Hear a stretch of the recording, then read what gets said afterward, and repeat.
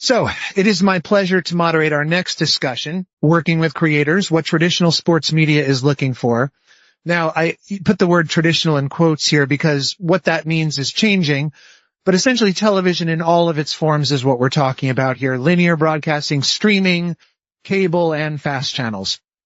Here with me today are Ed Placey, VP of Production at MLB at FanDuel Sports Networks, Alexandra Matcham, which, by the way, I didn't see you before, who I didn't get to see before this. Sorry about that. She is VP of Content with NBC Sports Philadelphia. Sean McGarvy, Senior Director of Digital News at the EW Scripps Company, and Christy Tanner, Chair of Swerve Sports. Welcome to you all. It seems like sports media have always been eager to embrace change, perhaps more so than, say, news, which I spend a lot of time covering. And you see that in the adoption of new technology, and now you're seeing it in terms of the talent and personalities in sports media, where you have players, athletes, and now fans becoming popular voices there. So I'd love to start by having each of you share your thoughts on how you see the faces of sports media changing and the kind of personalities you're seeing your own viewers drawn to. And let's start with Ed there. Well, thank you, Michael. First of all, I'm glad you put traditional in quotes, because those of us on the broadcast side certainly feel like we work hard to go beyond being traditional and being unconventional where we can be, and to grow sports coverage and sports media. And I think that applies to the talent we pursue and the kind of changing landscape of that, as more athletes themselves retire, get into sports media, or even while they're still playing, find opportunities for podcasts, for appearances on traditional media, quote, also on their own channels where they control the content. They work in a format that is most comfortable for them. So we get to see their most authentic and real sides, not the sides that traditionally networks have wanted to bring them into and mold them into, the ones that sit on a studio set in a pristine studio. They get to control how they're perceived and how they're presented. And I think that's what is looked for now, the authentic and real side of things, their real selves.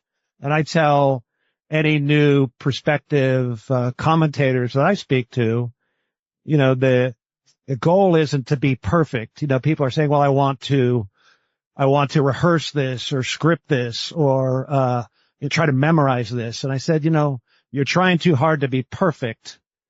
The opposite of perfect isn't imperfect, it's real. And I think that's what we're looking for, is personalities that are authentic and real. Authenticity, sure. Sean?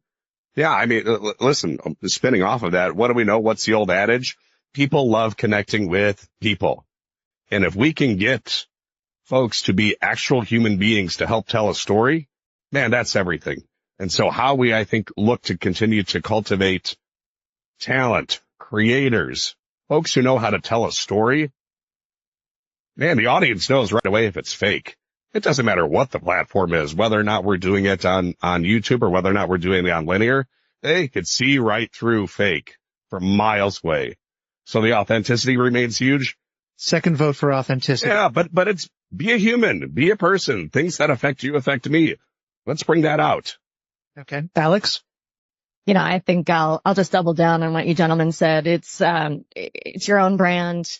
But the thing that I've noticed most over the last 2 decades is with the advent of social media, we're all content creators, whether you, me, the people that work for my companies, my kids. Sometimes I'll come home from work and my 2 teenagers have created just as much content as I have in a day. So we're all content creators at this point, and it's just a matter of finding the right community of people to engage in the conversations that you're having with your viewers.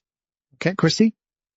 So what I would say is I run Swerve Sports. We have 2 free ad-supported TV channels. One is a combat channel, MMA and boxing, and the other is all women's sports. Combat athletes and women athletes have a lot in common, which is that they are creators inherently.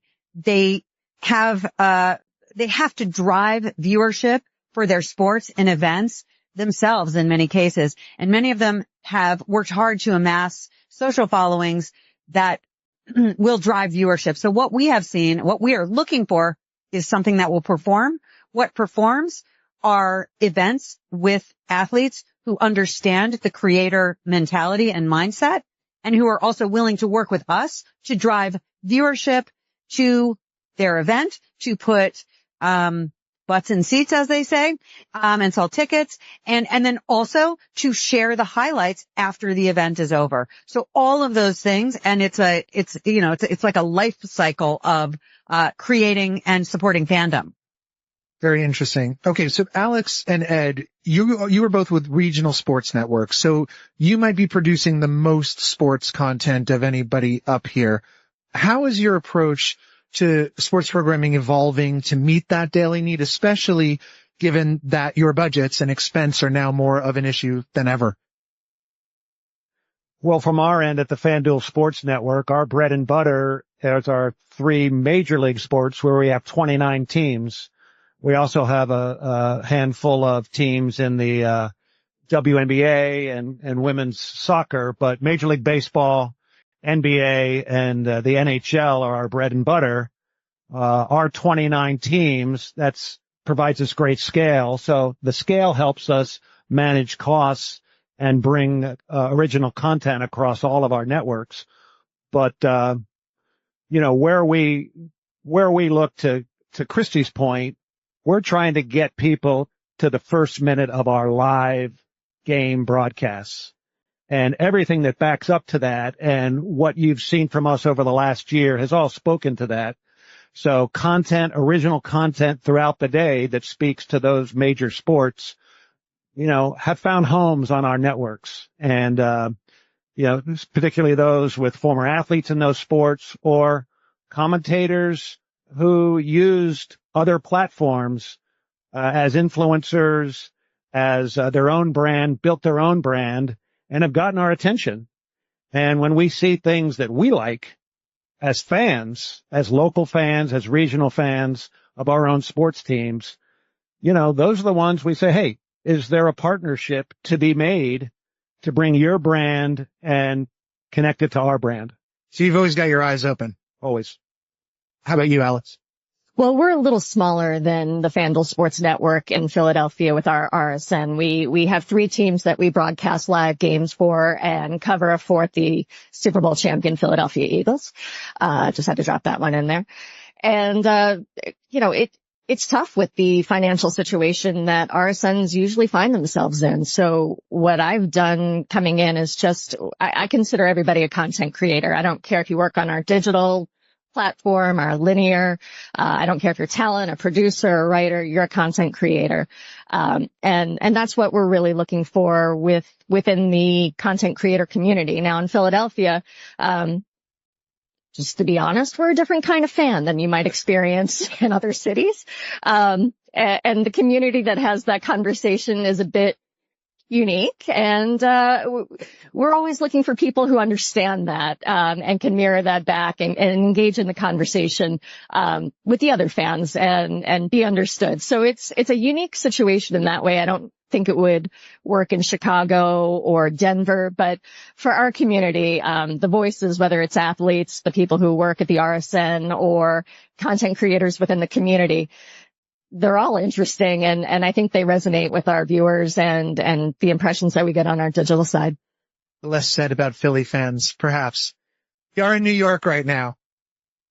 Sean, for people who don't know it, EW Scripps has been reclaiming a number of sports back into the broadcast fold for the last few years, and particularly the WNBA on Fridays on ION, as well as a number of NHL teams. And what am I leaving out there? Soccer.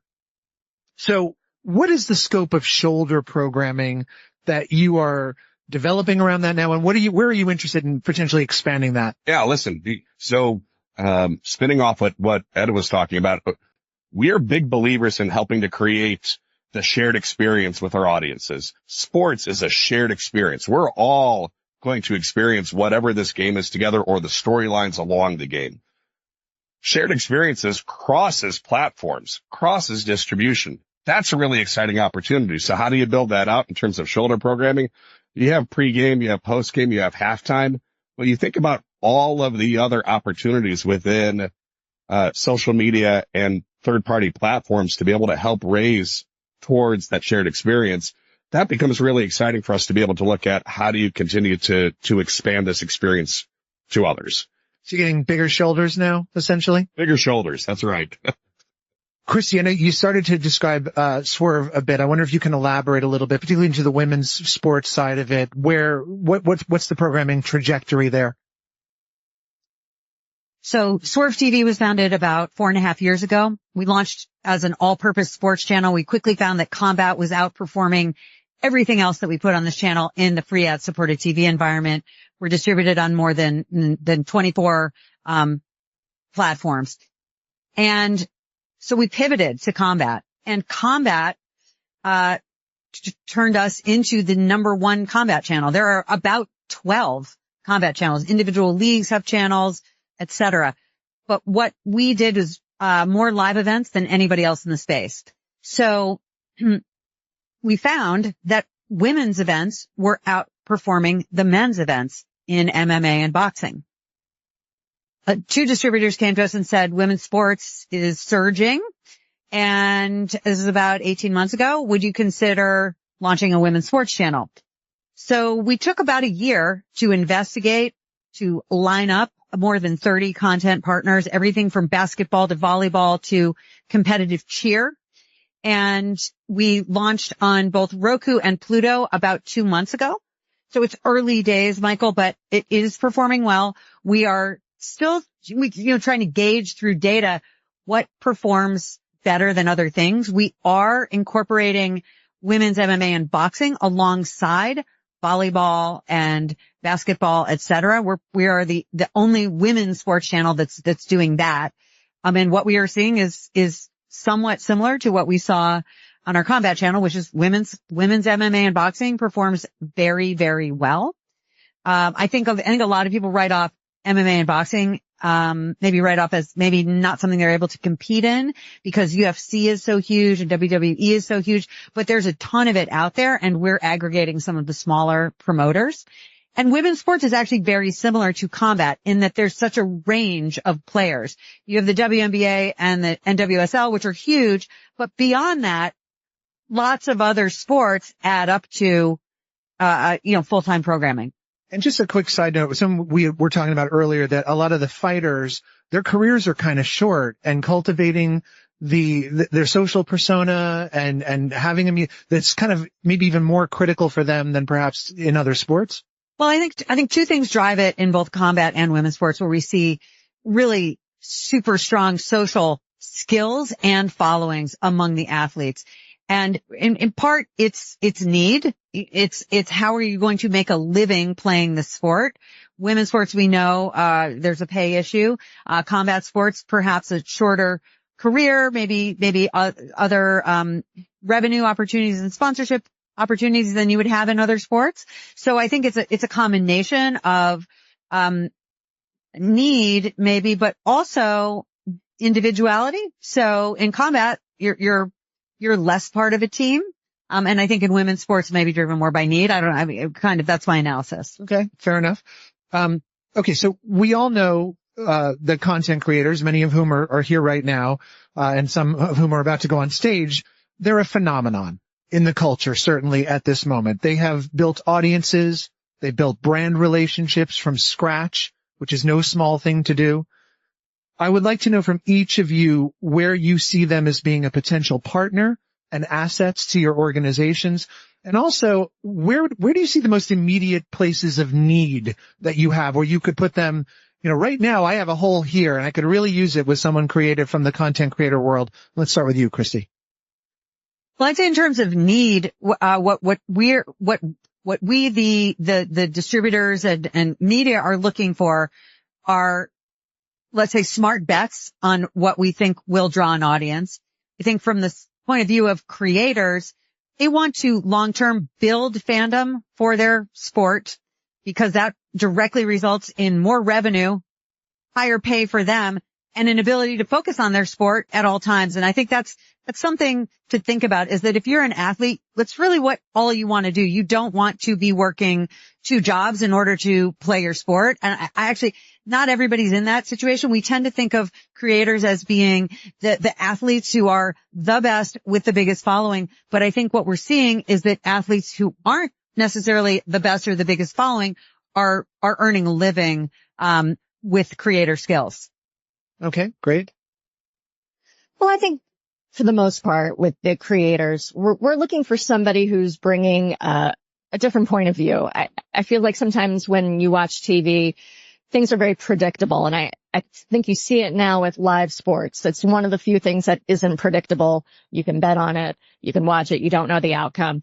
I think content creators that perhaps aren't as well known, like Christy's saying, they bring that sense of what are they going to say? What are they going to do? What insight are they going to give me that I have not gotten already from content creators you already know, like Charles Barkley or LeBron James or anybody like that, for instance. So you've sort of seen them, you've heard them, you've seen their point of view.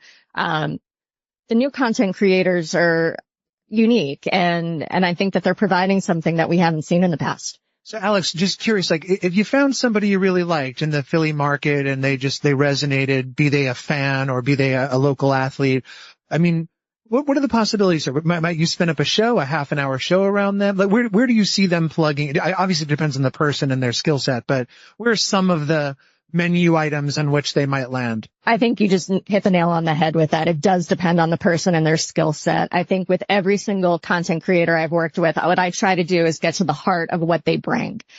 Some people, I work with a content creator now who has had an extremely interesting life story. Started out in extreme poverty, grew up, became a player, and now wants to be a media professional. And his story just really hit me, and I wanted to go down that avenue of him exploring other stories similar to his. And, we're looking to create a podcast together where we talk to athletes about, what their lives were like before and after their playing days. Now, that probably wouldn't resonate with other content creators that I work with because they have different stories that they're bringing to the table. So it really is specific to what you can bring, but that's what I try to do with everybody, is just find that uniqueness in their voice and how can we amplify it. Build something around that organically. Sure, exactly. Sure. So Sean, is what you're looking content-wise for in creators potentially, would this be kind of tethered to the specific programming you've got already, or could it be more free-floating sports, or sky's the limit? So sky's the limit for sure, because I think we had convinced ourselves that the content creators who are creating things for YouTube, and I cite YouTube because they won. Listen, they have the most global audience of any of us. So how do we look at what the YouTube content creators are doing? And I think we had convinced ourselves for a long time that if you create something for YouTube, thou shalt not touch the linear platform. That's gone. I mean, it's gone. So let's find ways to be able to embrace unbelievable creativity that's going on in that space to help with the storylines, to help support our sports goals, be it from a local market all the way up to a professional team, and find ways to be able to embrace it. There is no reason that things that we create on YouTube cannot scale to our linear platforms. Okay, great. Ed, where's your receptivity and your need? Well, from my standpoint, need, I have the luxury of not having to focus as much on need as a production person, 4 decades at ESPN and now at FanDuel Sports Network. I get to play in the toy store a little bit and look for where opportunities emerge and then try to place them across all of our different platforms and spots and roles and say, hey, we like this personality. We like this show. We like this creativity. Where can it fit in our universe? We want to be a part of it. Our programming guys, they have to deal with needs at times, and that's good and important too. But to me, I'm always looking for unconventional things, unconventional approaches, unconventional personalities, and then find a place where it works well or could work well in our universe, or to allow, as we've seen more and more across the landscape, allow their creativity to just carve out a place on our platform as is, without needing to change it. There was a time where it always needed to get reformatted into network standards. Now we're seeing more and more, and to the betterment of all the programming, that you can move it right onto your platform as is and have a partnership that way. That seems like a very important point for creators to hear, that it's not about changing the mold of what they're doing, that what's working there can work in your platforms. Now, part of the reason that we're doing this today is because there is a vastly different culture between content creators and traditional media, and it can often be very hard for these two worlds to communicate. I wonder if any of you can give me an example of a place in which you've tried to work with creators, but those cultural differences got in the way, or even just more broadly, what apprehensions you have about working with people from that space broadly. Well, I don't have any apprehensions about working with creators. I will say one of the major challenges that we have, because we do a lot of live events, is driving live tune-in. Try explaining live tune-in and what time you should watch an event to somebody under 25, and you will need therapy. We even in graphics, when we have somebody new, trying to explain, well, you got to put the time on the graphic. Now, creators need to do that too, because live viewership is a really important component of driving fandom. Obviously it's a surmountable challenge. It's not the worst thing in the world, but I will say I've really spent way more time doing that, Michael, than I would like to think about. Yeah. Alex, I see you kind of nodding. It can sometimes be a challenge. Several years ago, I was working with the NFL Network at the time, and we had a comedian come in for a show, and it went completely off the rails, the conversation with our reporter. And looking back, I realized it was all my fault, because I hadn't prepared both sides to what they were supposed to expect. A traditional reporter is expecting a conversation to be slightly funny, but in the standards of a normal linear TV show. And the comedian thought, I am here and I am going to entertain and watch out. And it just became extremely awkward. So that was sort of the beginning of using content creators as opposed to reporters, analysts, and traditional anchors within a linear program. So knowing what you're getting and preparing both sides for whatever might happen was a lesson I took away from that. And since then, I think I've been a little bit more able to roll with it. And as we've seen content creators go on other programs, I think everybody else in the industry had the same standard of it. There is, turning up on time, and content creators make stuff on their own clocks often, right? And I wonder if any of you just would want to voice concerns about, not that they don't have a good work ethic, but that their work ethic is so differently time shifted from the conventions of television. Is that a concern that anyone has? For me, a bigger concern is actually explaining to executives, who may have been in digital forever. They may be innovators and pioneers but keeping up with what the latest best practices are is a legitimate challenge. So I have actually more concern about working with other executives, whether that's at the league level or the team level or within the distribution partners that we have, because they kind of don't get or are not keeping up. Nobody on this panel, sorry, just to say. There's a company except. Yeah, but you might be talking about social, let's say, and they're interpreting that as go get an influencer, and it's not necessarily the whole ball game. It might be vertical. When you say vertical video to certain executives, everybody here probably is well versed in the importance, but there are so many people who don't know what that means. So I think that the industry is just changing so rapidly. It's legitimately difficult to keep up. And that's a bigger concern for me than working with creators. Okay. Well, also many creators feel like TV is the past and they are the future. And so TV is not usually making the case for its own value, but I wonder, could you make the value proposition for a creator as to why they should still care about television. Why is that an important, in all of its manifestations, streaming and otherwise, why is it a thing that they should care about? Television's a destination. It remains a destination, again, for the shared experience. Live sports is a destination. Broadcast is going to live for a very, very long time. I talk about YouTube winning a race. Frankly, they're a global platform, but the broadcast industry with sports as being that finish line, it is really an opportunity to be able to bring people in and bring people together. Creators enhance that experience and make it even stronger.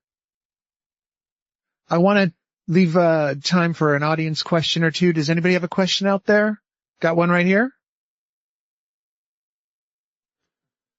What do you see as the future for sports content for radio, particularly on a news side of it, rather than just play-by-play?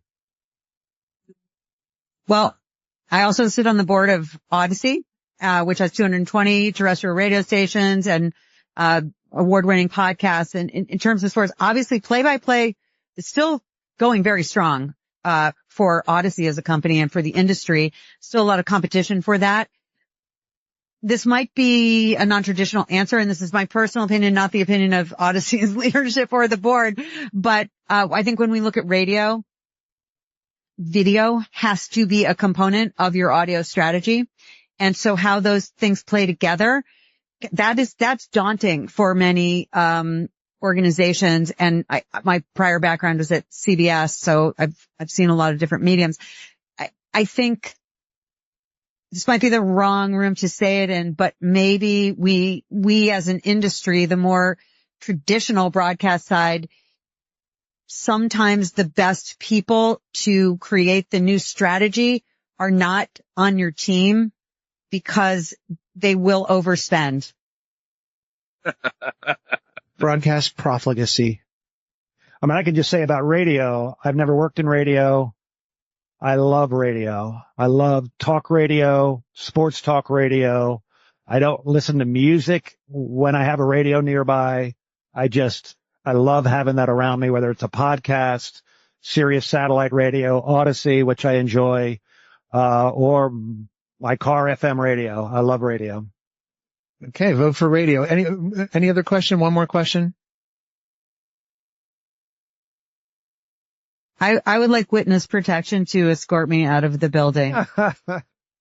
There's a back way. My question. Okay, so my last question for all of you, for those creators who are keen to give this a try, who are interested, curious about television, want to potentially work with you, how do you want to be approached? What is the best way for them to get an idea to you, other than, you find them, your antenna's up all the time for it, but if they want to come to you, how should they do so? Christy? DM me. Alex? DM, email. All the business cards. Who wants one? Yeah, there you go.